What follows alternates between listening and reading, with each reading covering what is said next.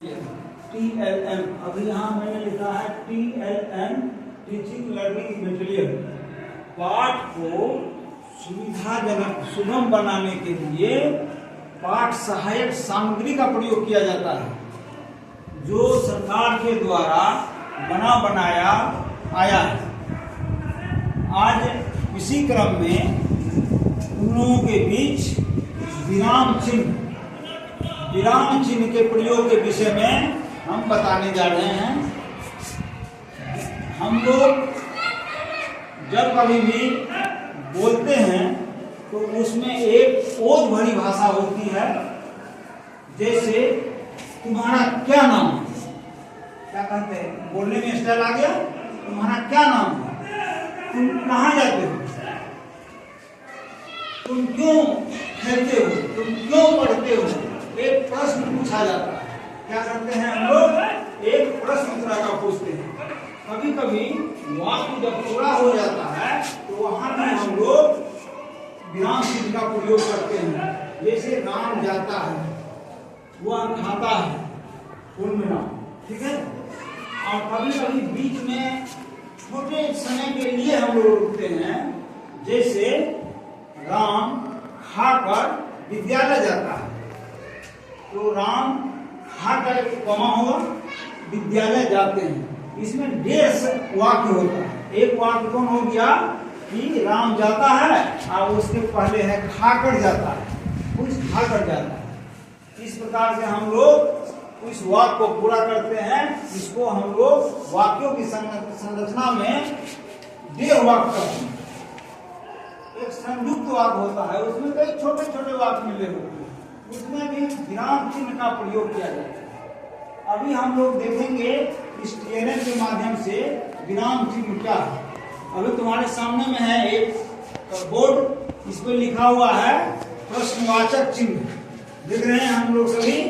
क्या लिखा हुआ है, दूसरा है पूर्ण विराम, तीसरा है अल्प विराम, चौथा है अवतरण चिन्ह, पांचवा है विस्मयादि बोधक, कोष्टक चिन्ह और अर्ध विराम।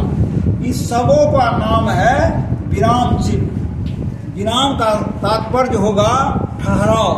विराम का तात्पर्य क्या हो सकता है, ठहराव। थोड़ा सा रुकेंगे, तो किसमें कितना रुकना है, इस बात को दर्शाने के लिए आज इस TLM का प्रयोग हम लोग करने जा रहे हैं।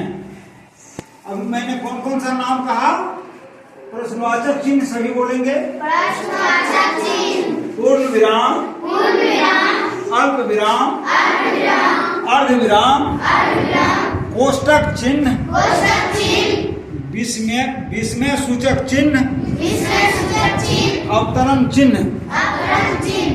पहले सबसे सामने जो लाल घेरा में, लाल आकृति में हम लोग देख रहे हैं, वह है पूर्ण विराम।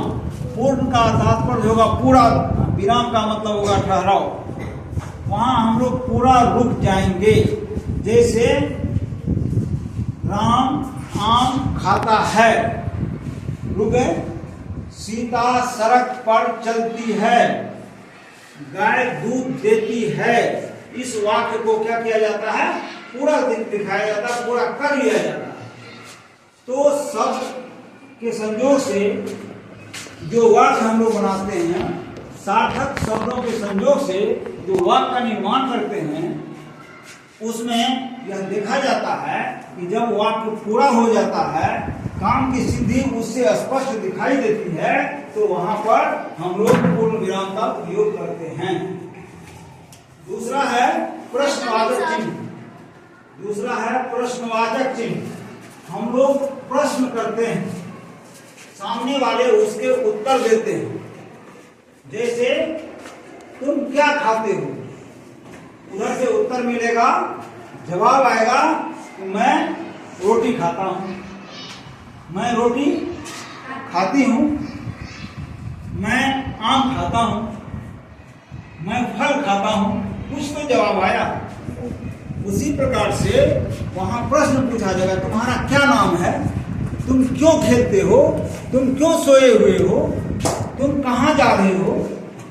इस तरह का जो प्रश्न पूछा जाता है, तो उसका उत्तर आता है उधर से संतुलित उत्तर आता है कि मैं खेल रही हूँ, मैं पढ़ रही हूँ, मैं पढ़ रहा हूँ, मैं खेल रहा हूँ ना।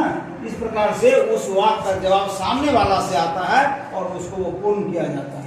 अभी अभी तुम्हारे श्यामपट पर बना हुआ है कुछ चिन्ह, जैसे अभी मैंने कहा प्रश्नवाचक चिन्ह, इस तरह का चिन्ह आएगा प्रश्नवाचक चिन्ह जो सामने तुम्हारे बोर्ड पर बना हुआ है। ये चिन्ह जो हुआ प्रश्नवाचक चिन्ह कहलाता है। ये पूर्ण विराम के लिए पूर्ण विराम ये ऐसा संकेत का चिन्ह होगा। अर्ध विराम को इस प्रकार से हम समझ सकते हैं, कोष्ठक को इस प्रकार से दोनों तरफ से घेर के समझ सकते हैं, अवतरण चिन्ह को इस प्रकार से देख सकते हैं और विस्मय चिन्ह को इस प्रकार से देखा जा सकता है।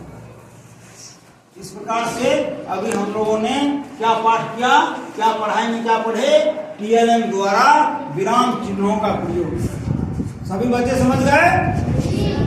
इससे गृह कार्य के लिए तुम सबों को यह दिया जाता है कि उपयुक्त चिन्हों से एक एक वाक्य बना करके लावें और कल इसी क्लास में इसी रूप में हमको दिखाएंगे। धन्यवाद।